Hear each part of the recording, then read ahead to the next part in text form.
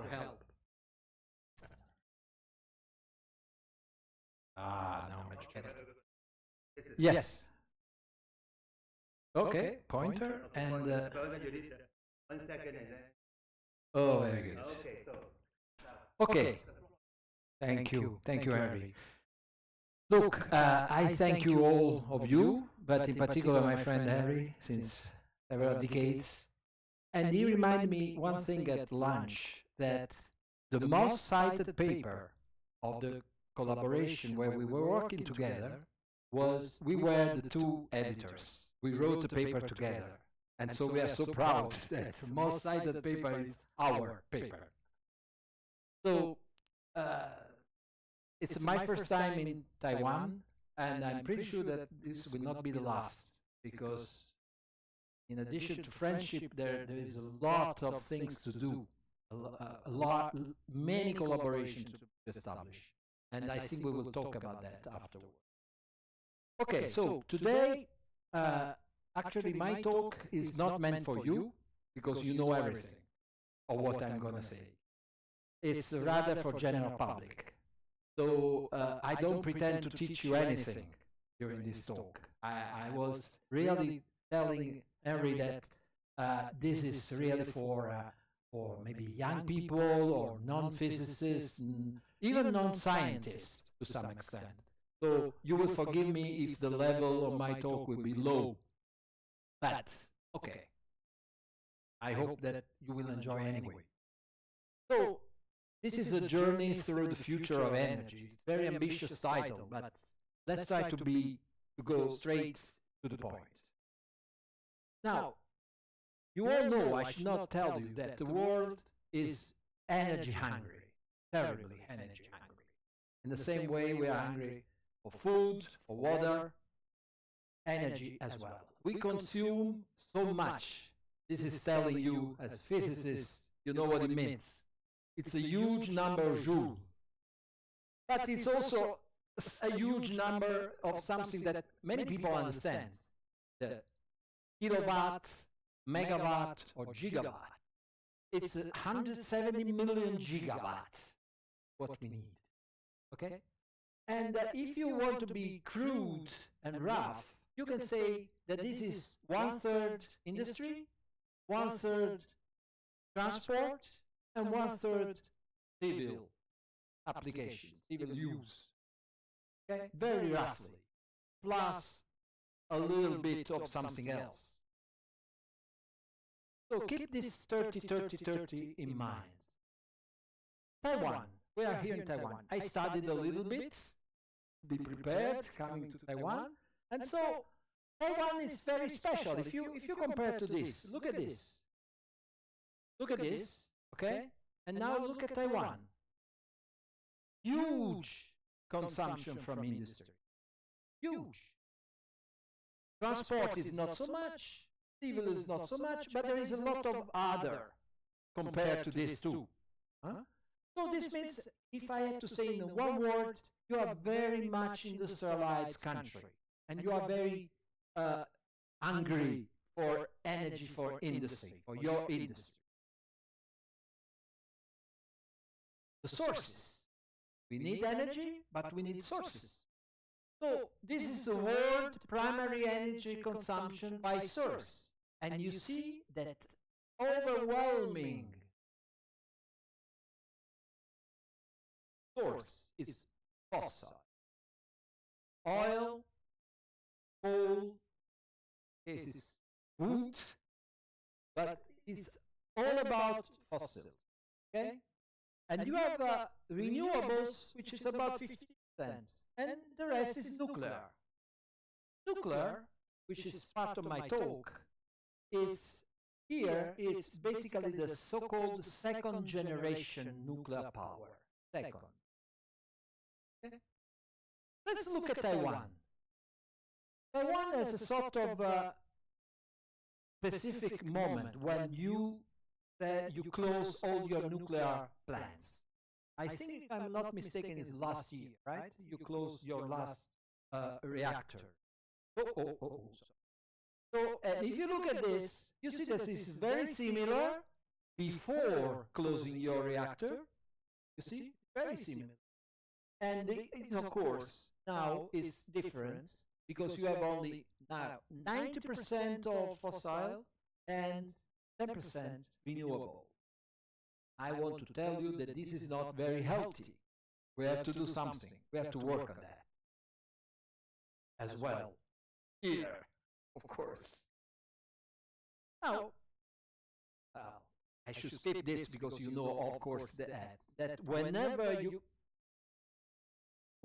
you start burning some organic compound like methane or wood, oil or gas, no way you end up with producing certainly heat and light, some water, which is nice, but some CO, which is not nice. This is more technical ways. You have some gas, you burn your gas. This is a natural gas line. You have a turbine. The turbine is related to a generator, and then you need a transformer because you want to move low voltage to high voltage because it's better to transport high voltage, etc., etc., etc. We start with some gas and we end up with electricity. Electricity, as you know, it's the lowest entropy energy source that we could. Highest entropy is heat, and the lowest is energy. It's electricity. This is noble. This is poor. Somebody transforms noble electricity into heat, which is wrong from the thermodynamical point of view. Anyway. But what is wrong with CO2? The question is, shall we keep going business as usual? Okay, with our 90% fossil, 10% renewable, can we do that? This would not be good. The answer is no. For instance, for many reasons, okay? The cost of electricity, of energy changes in these days much more. There are turbulent days, all our planet. And then, of course, you have the international scenario which changes. Somebody who is giving you energy the day after doesn't want to give it to you anymore. And everything is rapidly. So there is an issue also of national independence. You like to be independent from water resources, right? You don't want that somebody closes the outlet of your water. You want water. And in the same way, you should want to be independent from the point of view of energy. Because energy is life. Power for doing things, for making things, and the life as well. So, last but not least, before the very important point, is the progress of technology. Technology in the field of energy is rapidly changing. Things are moving fast. But the main reason, as you can imagine, is the climate crisis, which has been developed and created by the excess of our atmosphere. Well, I should not explain you what this means, but you know very well that we are in a sort of equilibrium with our planet. We get some energy from the sun, part of this energy is absorbed, some other part is reflected, and this reflection makes a sort of greenhouse natural effect, which is good.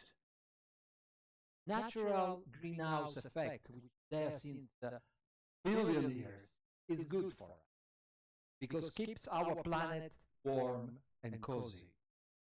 But we are doing too much, in a sense that our CO2 molecule has the property of absorbing this infrared radiation, which is coming from the Earth, and emits this radiation isotropically. And so this basically, a part of that goes out, but most stays in our atmosphere. And this is not good. Then, when I give public talks, I have always difficulties. explaining, they say, but then the temperature of the Earth rises by 1 degree. Cares? Because they don't know the concept of thermal capacity. And I explain, if I have a big swimming pool full of water and I want to increase the temperature by 1 degree, how much energy should I put in this? Lot. So this means that we put a lot of energy in our nice planet to increase by 1 degree or by 2. We are heating up. People is not scared by the fact that every year is the hottest year so far. You know? Basically, you can fit. Basically, you can fit a very nice curve, very scary curve, and you see that we are growing up. 2024 was the first year for which the temperature rose by more than 1.5 degrees compared to the pre-industrial era.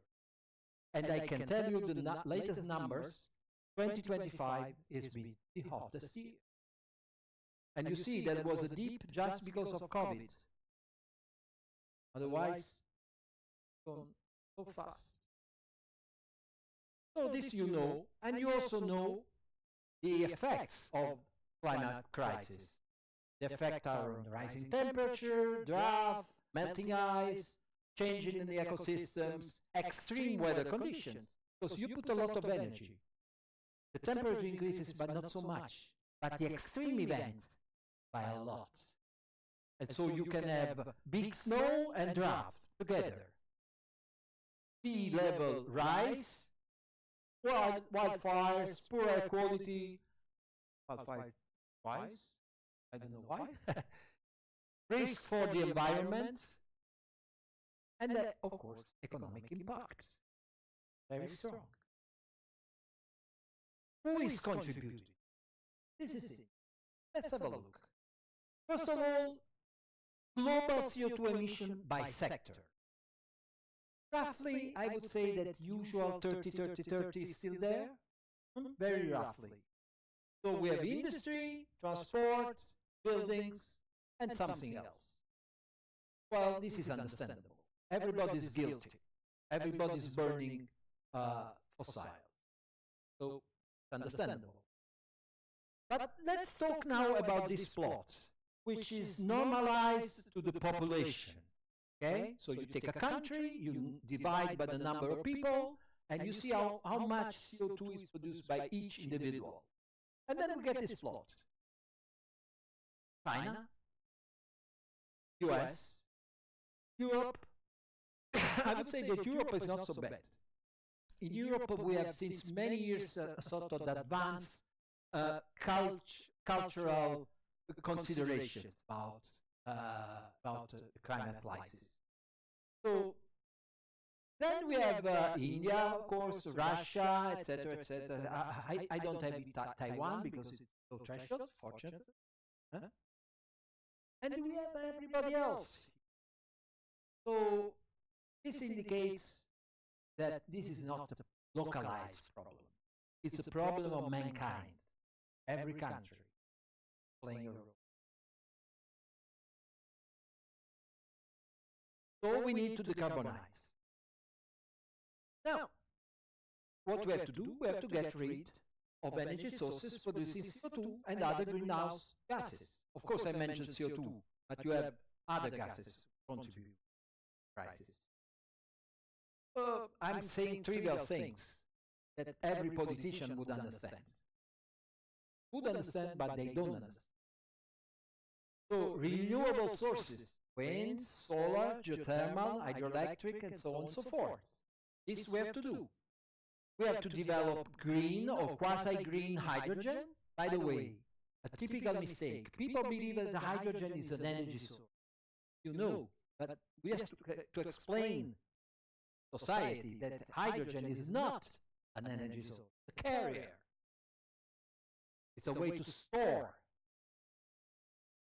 Then, what I recommend to do, but I'm not alone fortunately, is exploit green nuclear power, which is not renewable, which is not renewable, we have to wait for another supernova explosion to get uranium. Okay? And we don't want to, I don't think we will ever replace our quota of uranium. By the way, this is sufficient for several billions uranium that we have on our planet. So even if it's not renewable, who cares?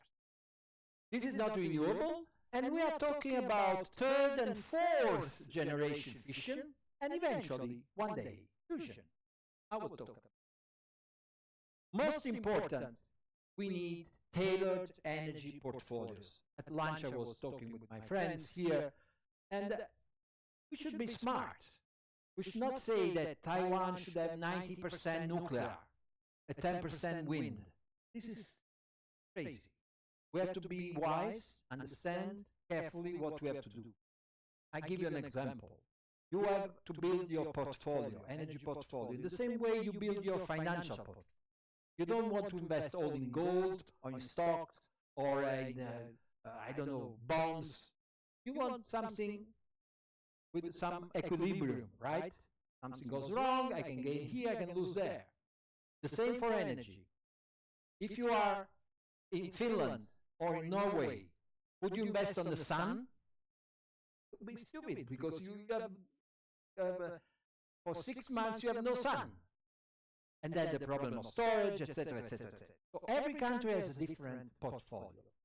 I will attempt, if you allow me, even to build a portfolio for Taiwan.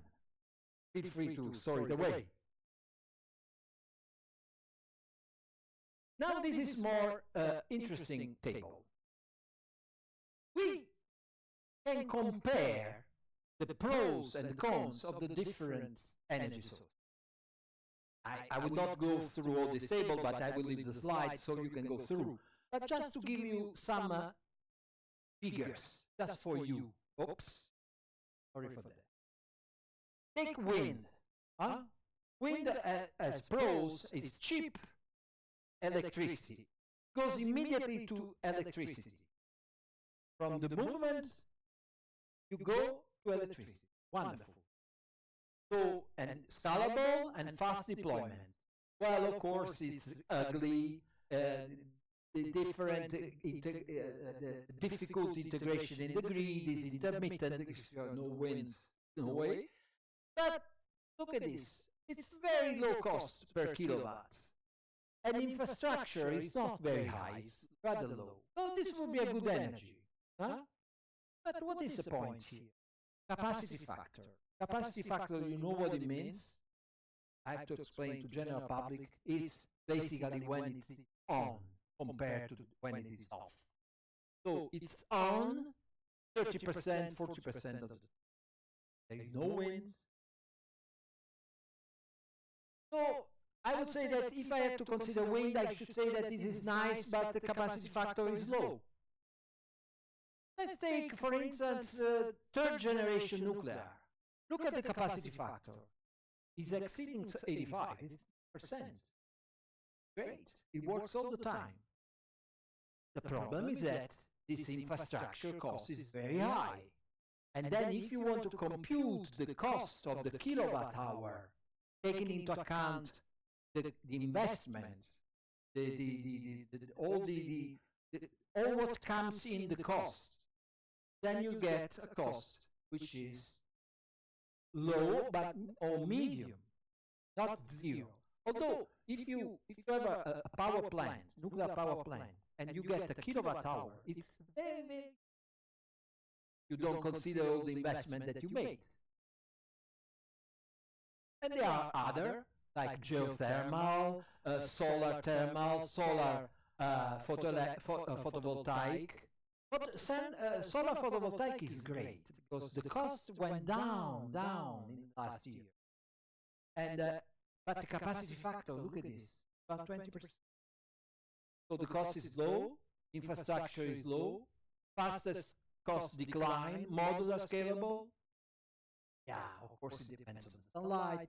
But the message I want you to retain from this is that there is not a single solution. There are many possible best fits. And very much this depends very much on your specific country, your community, etc. For the cost estimate in more details, because there you had only low, high, medium. If you want to be more specific, you can go through this table, which is interesting for you to watch after my talk. And here you have the cost in US dollars per kilowatt hour. And I would say that it's normally $0.1 or less per kilowatt hour. Okay? With some differences, for instance, solar is cheapest, and if you project present nuclear third generation is rather expensive, because you have to consider the multi-billion investment to build a reactor. Third generation, nice, but we have to be careful. Now, from now on, I want to focus on nuclear, okay? Because I had the pleasure to study this subject a little bit, and I will mention it afterwards. So let's focus on. Well, not teach you about this, but you all know that if you have a slow neutron hitting uranium-235, you can get fission fragments, which bring some energy. You can then this can undergo beta decay, and you could have gamma rays, neutrinos, and you could have other neutrons, which are normally high energy. These are not slow neutrons. Just to give you a number, a slow neutron can make 1,000 kilometers a second. Okay? 200,000 kilometers a second. A fast neutron can make more than 10,000 kilometers a second. This is typical. Thanks to E equal mc squared, the sum of all this is smaller than this. This means that there is heat produced. And then this makes heat. And heat can make boiling water, vapor, turbine, electricity. The nice feature of this is that that reaction can be amplified by a lot in a nuclear reaction chain. And so you have your uranium-235, which heats up a neutron, becomes 236, and then it's unstable, produces energy, and then fragments, and then other neutrons. Some of them can hit another nucleus, and so on and so forth. And you get a reaction chain. Keep in mind that out of all the neutrons you produce, the ones which are meaningful to continue the reaction are those slow. And as physics doesn't care about the production of energy, we have to slow these neutrons down to allow them to be useful reaction. Well, this is in a way something which is important for general public. For you, I will skip.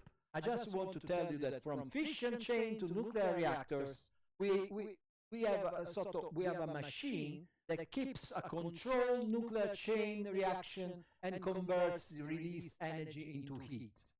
There are fuel rods of uranium-235, because as you know, the 238 doesn't undergo fission with slow neutrons, and then neutrons are, let's say, are too fast. We have to moderate with water, heavy water or graphite, and then the reaction rate is regulated by moving the rod, inserting the rod. All this is well known to you, and I will not spend time in saying that, but what I want to say is that all this takes place inside multiple layers of engineered protection.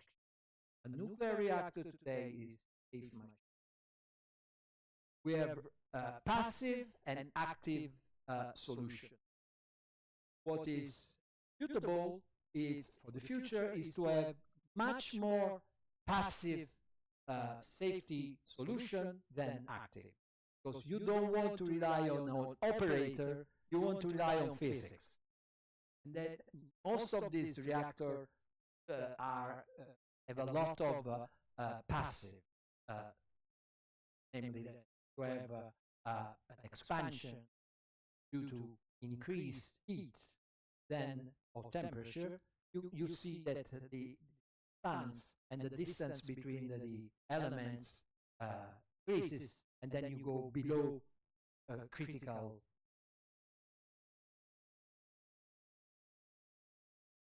The interesting feature is that this reactor operation can last several decades with just a few technical steps to reduce the exhaust effect. The other point is that, as I mentioned before, the operation of a reactor relies on a basic number, which is the K factor. The K can be below 1, can be 1, or can be higher than 1. This is subcritical, namely that with the subcritical reactor, each generational neutron produces less neutron than the one before, and then you extinguish the reactor. Critical is just what you need to operate. You produce just one generation. Supercritical, which you can control, is when each generational neutron produces more neutrons than the one before. And if you leave this unattended, of course, you can increase the temperature above the operation value. And you can even risk to melt the core of your reactor. Of course, there are many means to control these three operations. Well, once you do that, you have your reactor, you have two independent water circuits, one for cooling and the other one for transporting the heat. So this is complicated or simple, it depends, but what is important is that when you get this heat makes water vapor, and the water vapor can make fine working. Heat from fission reaction goes into electricity. That's the key. Now let's talk about fuel. We know one thing, that uranium-238, which is 99% of uranium in nature, is not subject to chain fission, although it is fissionable. This means that it can be broken, but then you will not trigger a reaction. U-235 is very good for fission, but it's unfortunately very rare in nature, only 1%. So therefore you need enrichment. You need the enrichment procedure, which is complicated, costly. You heard about many countries are now trying to make bombs, and they want to enrich uranium. Let me make immediately a disclaimer. A nuclear reactor can never become a bomb, for one simple reason, that in order to make a bomb you need an enrichment above 80%, maybe 90%. In order to make a reactor working, 3%, 5%, at most 20% application. At 20% you will never be able to make a bomb. You need 80, 85, 90% enrichment. We are talking today, these days, of reactor of third generation. We are talking about this, this is normal, 3-5%. Okay? But we are talking about HALEU, this high assay low enriched uranium. This goes from 5 to 20%. This is the most fashionable thing. Everybody is talking about HALEU, okay, today. Plutonium. Plutonium-239 can also be used efficiently for reactors. And the other fashionable thing, which is coming in these days, is MOX, is mixed oxide fuel, which is normally a cocktail of 20% plutonium plus 80% depleted uranium. So not enriched, depleted. And by the way, the interesting thing that all that is the trash of the operation of former generation reactor. So the beauty of the next generation reactor is that they use basically as fuel the waste, the nuclear waste. So there is a double interest. We reduce the waste and we use energy out of it. In a closed system, in the sense that you use this waste and then the waste of the waste you retreat and you use again, and so on and so forth, until you get rare earth. Wonderful. Our cellular phones fly. So this is a win-win. We get energy, we reduce waste, and we get rare earths. It's so simple, but it works like. Now, a little zoology. Reactors in the world. We have about more than 400. 417. And they are localized in the US, France, China, Russia, Japan, South Korea, Canada, Ukraine, UK, etc., etc. 93 in the US, 56 in France. We had 3 in Taiwan, and 0.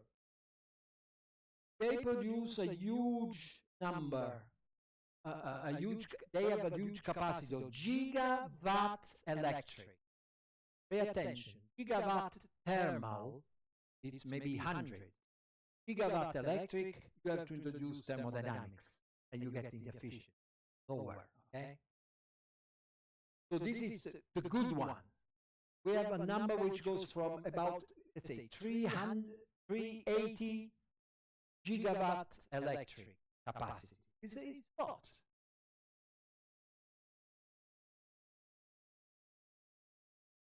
And I told before, generation. Okay, let's have a look more carefully. I don't know if, maybe this is not everybody of you knows it. This we start to be rather technical. So, generation number 1, Enrico Fermi, my compatriot, made the first. And in the late 40s, 60s, many, well, mostly US, Russia, they built prototype, demonstrator, which were used only for research, I would say defense, with the low automation, small output at the level of tens of megawatts electric at most, with short lifetime, primitive safety concept. So these were very strange machines, okay, able to produce heat, electricity, and some of them were immediately used for war, small reactors for submarines, you know. We immediately try to apply technology to war here. And then we have the second generation. Most of the, look at here. This is second generation today. It's a big part of the pie. We have third generation, blooming, and still first generation, about 5%. Second generation is commercial deployment, large commercial reactors, but various coolant, pressurized water, boiling water, gas, sodium, more reliable and cheaper. They exceed a gigawatt, and they were designed for 40 years per operation. And most of them are still there after 80 years. Really reliable machine. Third generation is today and the future, from 1990 to present. Major improvement, higher efficiency, advanced fuel, passive safety, control. Even now we are introducing AI control. So typically above 1.5 gigawatt electric, and they are designed for 60, 80 years operation. AIA projects up to 100 years. They are resilient to human errors, and they learned from the lessons of Chernobyl and Fukushima. They learned. They solved this problem. An example, very close to you, is the Danzu third generation power plant, China. This is 15 billion. I should say that this is not very expensive. The same reactor in the US would have cost 30 billion, or in Europe. China manpower is low, and so this costs 15 billion. It took 10 years to build. This is a very big, very good number. You could have even more. You could have 20 years. And it's a complex of 6 units, each of 1 gigawatt electric. So it's a huge amount of third generation. But there is a breakthrough. The breakthrough is the fourth generation. And I am so in love with it. I would like to convey it. Because to me, this is fourth generation. Around the year 2000, an international committee in which you had big countries and also Eura, AIA, they decided to propose the development of a new generation of facilities. The idea was to have more efficient, more safe, more economical, long life, operation, etc. Everything better.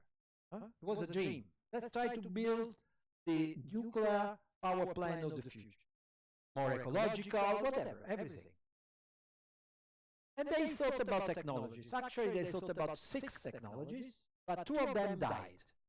And the most important technologies were retained is molten salt cooled reactors. You understand here, cooled with salt. Funny. Then the other one is liquid sodium cooled fast reactor, or fast, or supercritical water cooled reactors, or liquid lead cooled fast reactor. Today, and this is indication, before this was always a state enterprise, national. Now it's private. This is a sign. They smell that they can make money. And there are about 80 private and public companies all over the world running fast to develop the fourth generation reactor. But as I said, some keywords need to be better understood. 2 in particular. Cooling without water and fast reactor. What is this? We learned that the neutrons should be slow in order to sustain chain reaction, right? I'm talking here about fast. What is wrong? Let's try to understand, first of all, about fast. There is a little physics. So fast reactor deal with fast neutron. And the fast neutron is 1, 2 MeV, namely up to 20,000 kilometers per second. Of course, you should not moderate that, because if you moderate, they become slow. And we don't want slow, we want high. Okay? Fast neutron. To do what?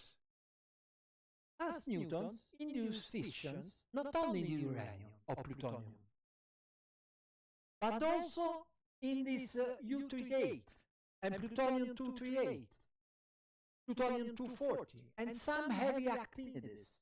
So this means that they can break nuclei different from the standard uranium-235. Most interesting, they can produce by breeding, this procedure is called breeding, more fissile material than the reactor consumes. This looks crazy, but they are self-fertilizing reactors.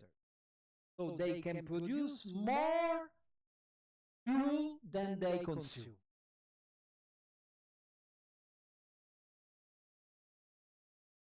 The reason is physics.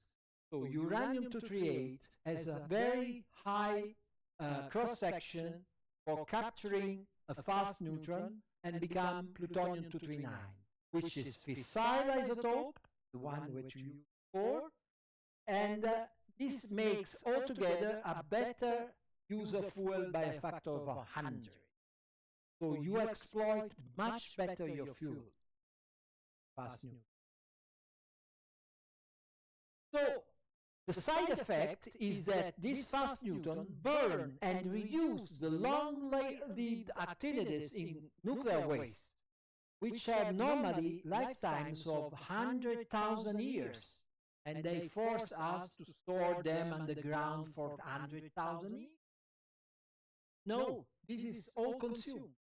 About 10% of the real waste is rare earth. So this looks win-win, but there is even better.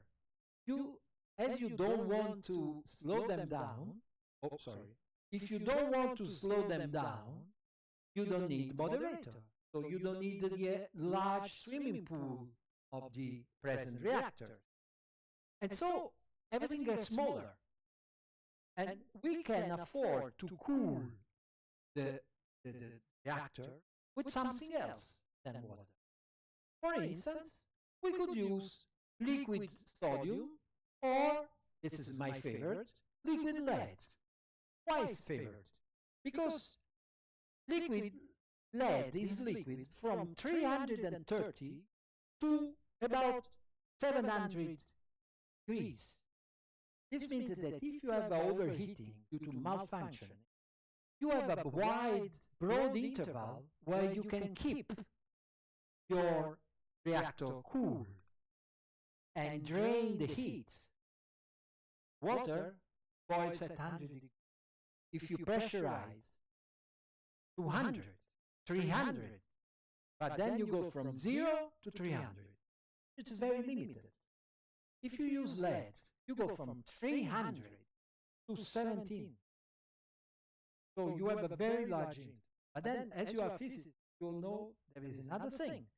The efficiency of a thermal machine proportional to difference between the cold and the warm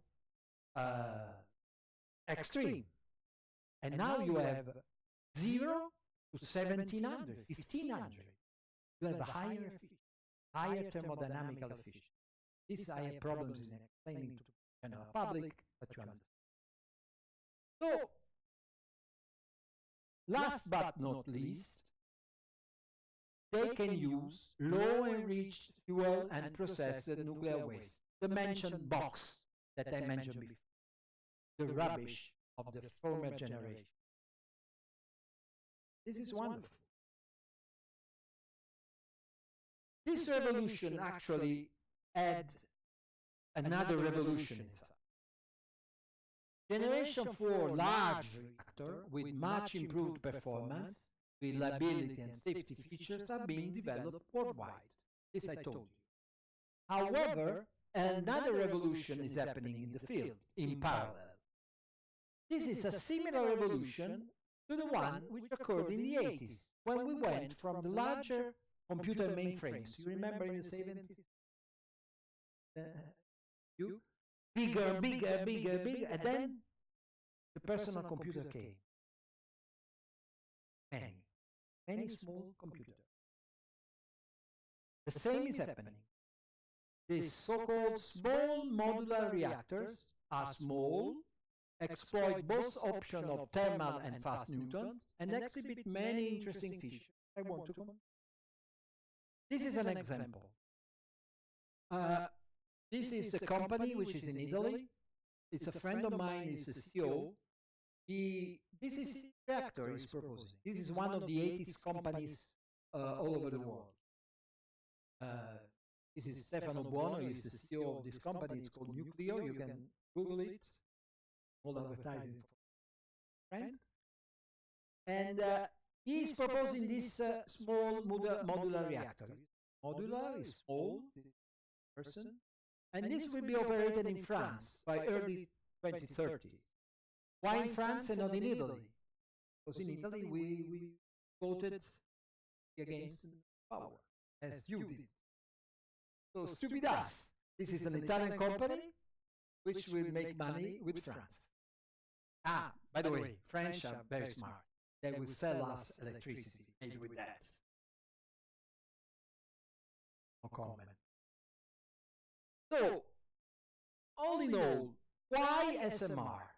I'm not selling the product, I'm a physicist, but I still can't refrain from telling you some positive facts. Small power output, 300 megawatts, not so big. This allows flexible deployment, you put where you need. Modular construction can be built in factory, reduce construction time, scalable architecture, multiple modules can be added whenever you need, enhance safety, they rely very much on passive safety, gravity, natural circulation, convection, in one word, physics. Physics always work. Operators sometimes have drank, sometimes they vodka. Oh. Lower cooling and site requirements, they can be hosted in a remote site, industries, plants. Not so many people needed to make it working. Underground installation, flexible application and connection to the grid. They use all this junk. They can use MOX, but also low enriched uranium or this famous aleu, which I mentioned before. Lower financial risk. If you have to invest in a 30 billion reactor and it goes wrong, it's a lot of money. But if you invest in 0.5 billion, maybe it goes wrong, you are not dead. Okay? Cost in perspective, the same cost of a large infrastructure of similar integrated power. See what I mean? I have 100, cost of 100 is equivalent to the cost of 10, or maybe lower, depends on the market. This is nice, standardization of design, repeatable builds and improve the licensing efficiency. You have to get a license. And if you have always the same product, you say, hey, it's the same as last year. The relation between SMR and MOX is very tight. MOX is the fuel which I mentioned before, which is a blend between plutonium and uranium. And this is already used in many countries, basically where you have big stockpiles of plutonium. France, US, Japan. MOX is perfect for SMR. Fast reactors operate well on plutonium at higher actinities. This is physics, cross-section. Many fast spectrum fuel are MOX or MOX-like mixture. MOX supports breeding and burning of plutonium and actinides and improves fuel utilization, burn long-lived waste, and support closed fuel. Remember, closed fuel cycle means that I use thing, I use it, and then I take it, and I use it again, and again, and again. These are examples of the inner vessel. Look at this. This is a fourth-generation water pressurized machine. This is the big French Superphénix, the 90s. It was a precursor of non-water cooled reactor. It was cooled with sodium. And this is a small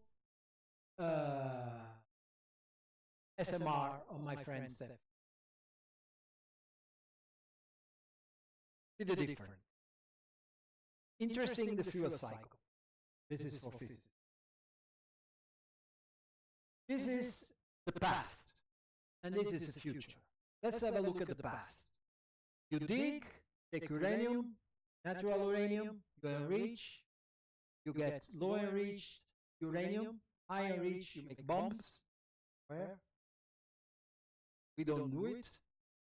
We do low enriched, we make the reactor operating, and we have fission products, store, and we have plutonium, this is bad, we store as well, for 100,000 years.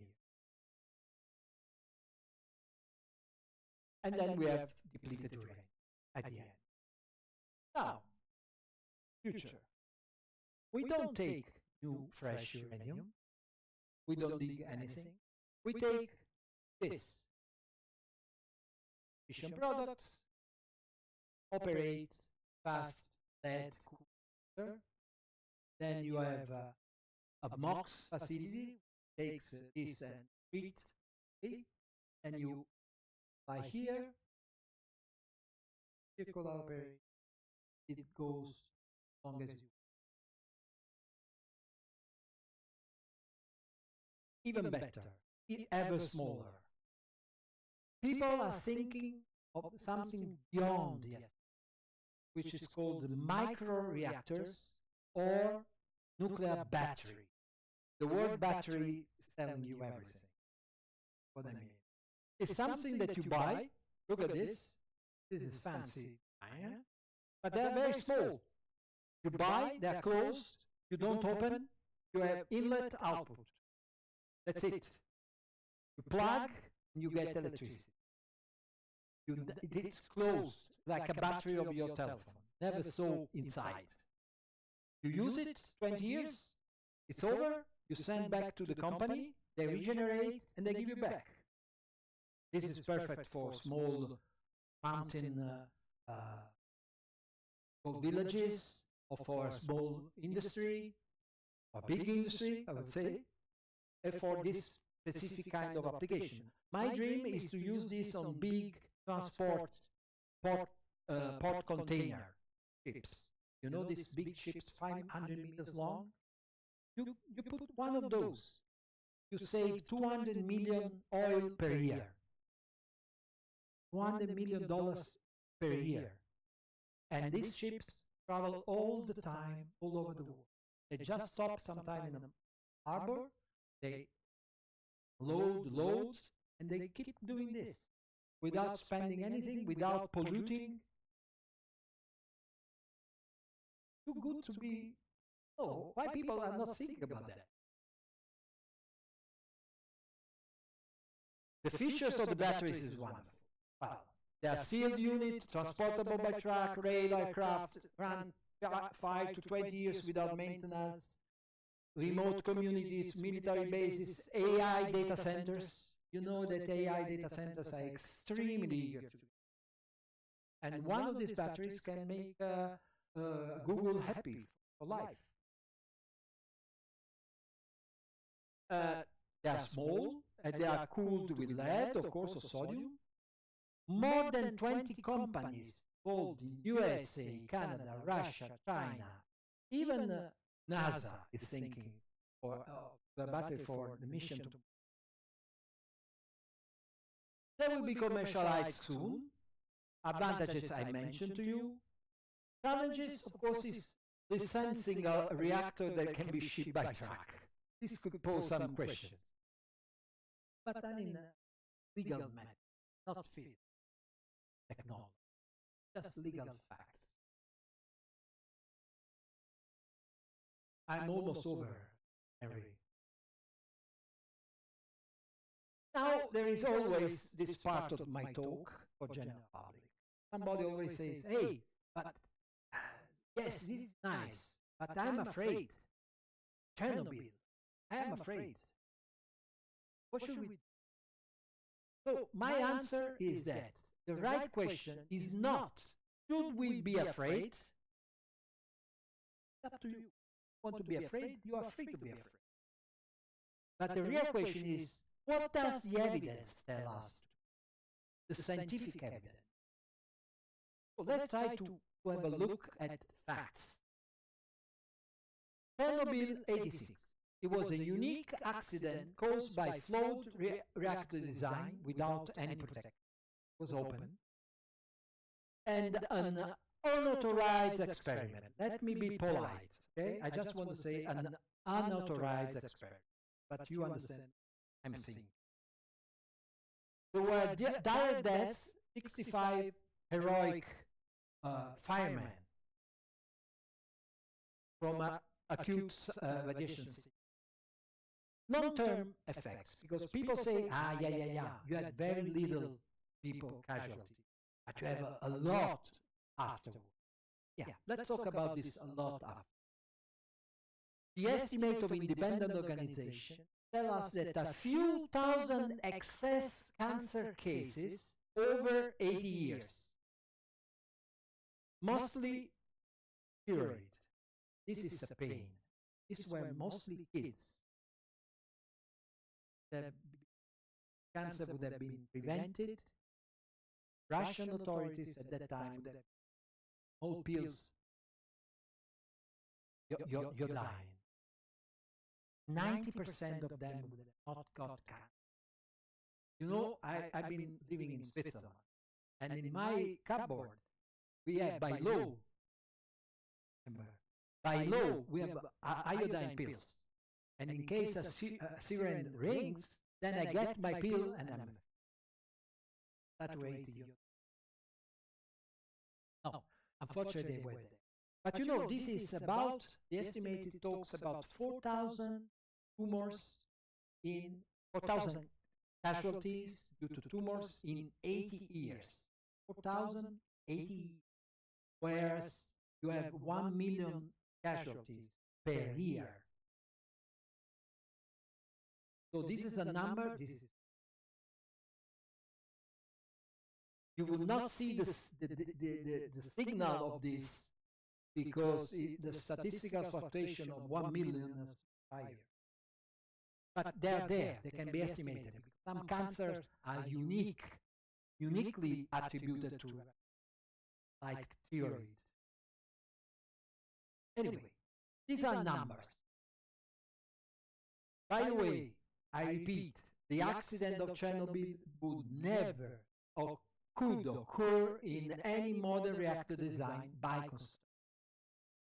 Even if you are crazy, you cannot.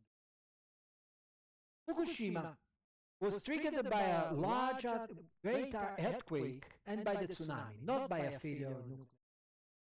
Direct radiation deaths, 0. Independent analysis concluded the health impact from radiation exposure are expected to be very low to known for the general public. The real human tragedy came from question 20,000 casualties due to this. Then these 3 independent organizations, you can go on the web and look at it. Our World in Data, U Extreme E, IPCC.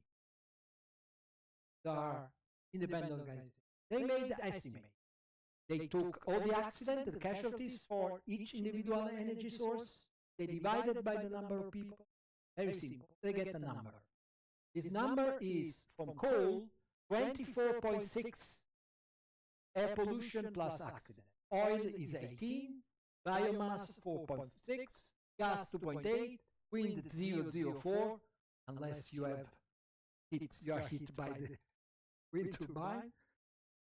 Solar is almost nothing unless you fall from your roof while installing your device. Nuclear 0.03, including Chernobyl and Fukushima. 0.03 compared to 24.6. Today's generation 3 and 4 reactors include passive safety systems that work without electricity or human intervention, inherent physics barrier, etc., etc., etc. And an accident like Chernobyl is physically impossible in any reactor design after the 90s. This I already told you, but this I have to explain every time to Jen. They ask me, if the Russian bombard Zaporizhia in Ukraine, they can make an atomic bomb.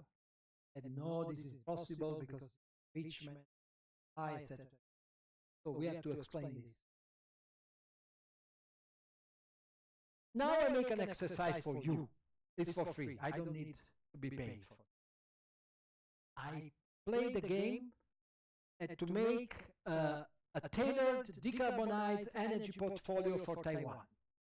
2033, 2045. I put a question mark because you can trash it.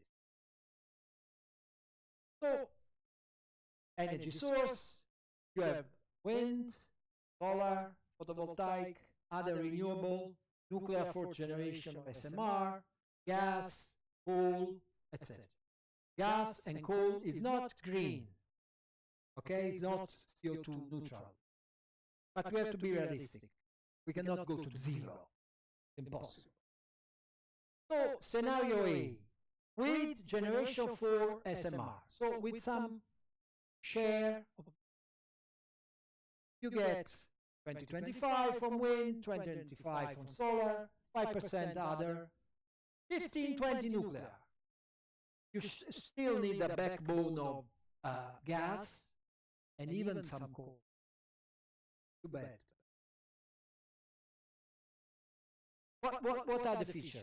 The strong, firm, low carbon capacity, stable grid, reduce LNG dependence. So this is good. I would subscribe for them. But then you can say, no, I'm afraid of nuclear. I don't want nuclear. And I go with scenario B, where you have 2025, 2030, a little more. Here you have zero, but then you have to have more gas. And this is heavy reliance on flexible gas. What is flexible gas? It's you just turn on when you need it. Okay? Not always, only when you need it. Large storage required. You have to store the wind and the solar. Night with batteries. And you have a higher import vulnerability. Don't get so much independence. So, I would think. So, in one word, in one sentence, looking 10, 20 years ahead for you, a credible decarbonized energy portfolio for Taiwan must combine large-scale offshore wind and rooftop solar with a firm low-carbon backbone. What it could be this backbone? Backbone can be 4th generation SMR. Without them, you should use something else. So you must rely heavily on decarbonized gas, large storage system, and a much more complex and vulnerable grid. This is your decision. You have to take this.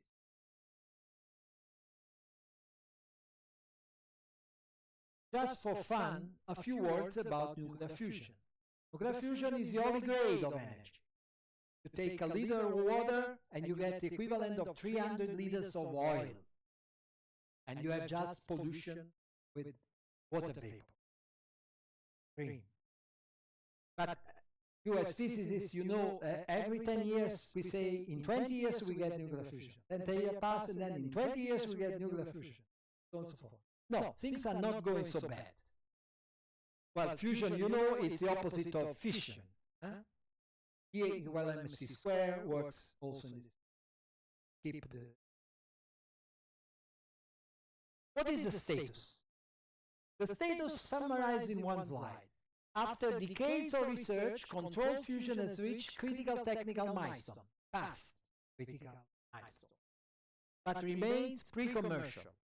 Magnetic confinement, tokamak design. We have the ITER project in France. I think many countries from Asia are also involved in it.